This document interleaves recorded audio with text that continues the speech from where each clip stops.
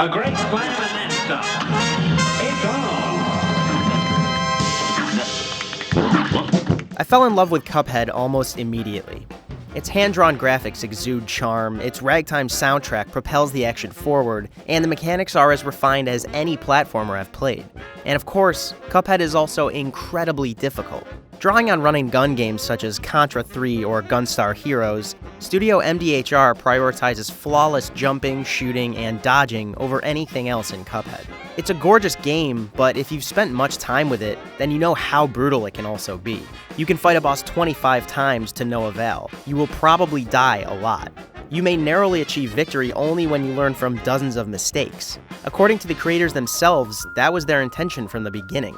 In a recent interview with veteran developer Warren Spector, Cuphead's Chad Moldenhauer described a basic tenet of the game's difficulty. Keep the mechanics simple enough to grasp, but with enough variance and technique to allow player mastery and expression. And a sufficiently skilled player should be able to potentially defeat every challenge on the first try. No trial by death or cheap hits. In theory, this makes sense. Cuphead amplifies your sense of victory through tough but fair challenges, and you'll only reach the end through hard work, patience, or skill. But that's just the thing. When Moldenhauer mentions a sufficiently skilled player, what does he mean? What's the metric for measuring player ability? Who's to say that Cuphead will eventually click for everyone who buys and plays it?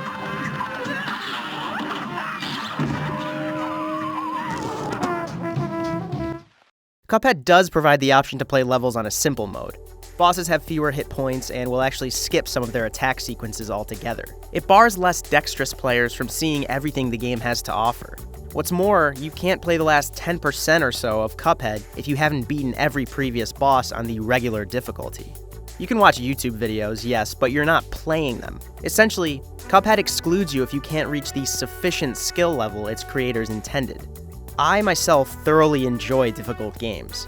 I adore Dark Souls and Bloodborne. I pour hours into XCOM 2 every week. Cuphead itself is one of my favorite games of 2017. But it does raise a few loaded questions. Do developers owe it to consumers to show them their entire game, no matter the player's skill level? Should games be made so everyone can enjoy them? Can a game be too difficult for its own good?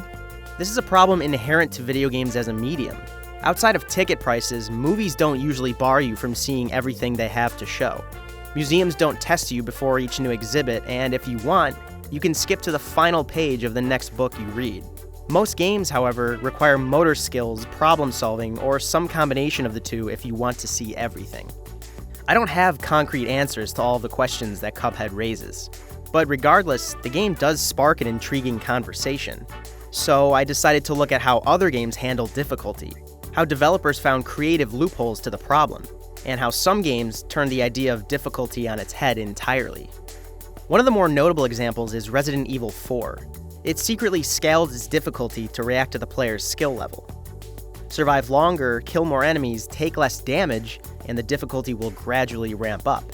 But die several times in a row, and the game will remove certain enemies the next time around, or lower enemy health. The mechanic subtly makes the game more challenging for skilled players and more accessible for those with a casual playstyle. You probably know about this dynamic difficulty slider by now, but at the time of its 2005 release, Capcom hadn't said a word about this brilliant system. It wasn't touted in any press releases or shown off at conventions. As the story goes, the first public mention of it was in Resident Evil 4's official strategy guide a year later. This is because Capcom knew the value of hiding such a mechanic. It empowers players of every skill level. It doesn't shame you for doing poorly, and it doesn't let you waltz through if you're doing well.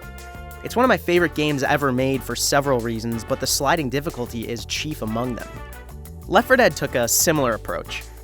Developer Valve's famed Director doesn't just alter the types of zombies you'll encounter or the placement of weapons throughout each chapter, it also alters the visual effects, character communication, and music based on player status and placement. It's good for you, Bill. Cardio. This not only creates unique pacing in each playthrough, but a particular tone as well.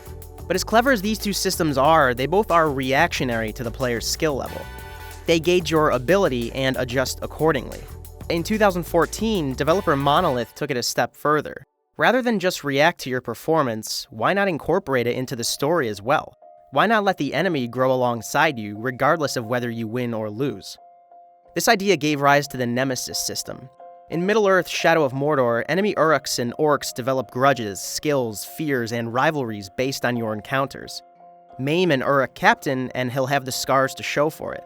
Flee from a fight with a powerful opponent, and they'll greet you later on with taunts of cowardice. Different players will develop their own personal stories. They'll seek revenge on different captains, grow to hate unique orcs along the way. Last week's release of the sequel, Shadow of War, expands upon this idea. It doesn't punish you for failing. In fact, you could say it's actually more enjoyable when you fail. In fighting, dying, and fighting again, you create your own stories with their own idiosyncratic villains waiting at the end. Whereas Monolith's Middle-earth series is about adapting to failure with an immortal character, others force you to confront the idea of actual loss. Two examples immediately come to mind: Firaxis Games' XCOM series and Intelligent Systems' Fire Emblem titles. Although you do have the option to disable it, both games place permadeath at the center of their design. Lose a soldier to enemy fire and they're gone forever. Make a poor tactical decision and you can't go back. You make your choices, you try to learn from them, you do your best to move on. Both series understand that respawning is a safety net. By removing that net, the games become more tense, but also play with difficulty in a clever way. Sending your best soldier into the fray increases your chance for short-term success, but creates more long-term risk as well. If you lose that soldier, your whole team will suffer down the road. You'll need to build new soldiers up from their beginnings as green rookies to their decorated glory days. This transparent sort of dynamic difficulty slider plays with it in a way that few other games can. I can't talk about difficulty without touching in some way on Dark Souls. Anyone who has heard of From Software's third-person action games will know how punishing they can be. They're notorious for colossal bosses and abusive enemies. If you don't reach the next checkpoint, you could lose all of the experience you fought so hard to gain.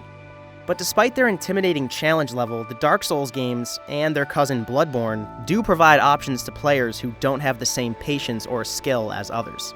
Certain character classes make the earlier hours easier, while ranged classes can mitigate the intensity of many battles throughout the entire game. Furthermore, developer From Software also provides options to summon other human players to your cause, or specific NPCs that can help you along the way. The studio made these games difficult on purpose, but also knows that not everyone wants to lower their shoulders and charge through the fight on their own. Some need company along the way. All of these games I've mentioned have a common thread. They acknowledge that everyone plays games in different ways for different reasons. Some play for the challenge, some play for the escapism, some play to catch up with friends or just to unwind at the end of the day. Some people are less dexterous than others, some require specially made controllers to accommodate for disabilities. And of course, all of this is okay. We're all still having fun. And this all leads back to Cuphead. Is it good game design to bar less skilled players from advancing to the end of that game? Should developers account for numerous playstyles when molding their visions? Or should they focus on a smaller subset of people who want a very specific experience, regardless of widespread accessibility? The larger, more loaded question here is nothing new. It's the entire dilemma of modern art. Is it defined by what the creator wants to convey, or by what the recipient takes from it? Shortly after conversations arose regarding Cuphead's difficulty, Rami Ismail, one half of the independent team Vlambeer, took to Twitter to talk about the conundrum of video game difficulty. He outlined the studio's philosophy with its arcade shooter Luftrausers and described the process more eloquently than I ever could. A lot of people see Luftrausers as a game about difficulty. It isn't. What matters to us is that to you, it is overwhelming. In the face of those overwhelming odds, the game occurs. The difficulty is the backdrop, the gameplay a delivery method. The goal is grace. Luftrausers is not about surviving, it's about cutting the engine after a stall, falling down guns blazing, pulling up right over the water. It's about bursting up from underwater through an exploding carrier straight into impossible odds and a game over just because it is cool.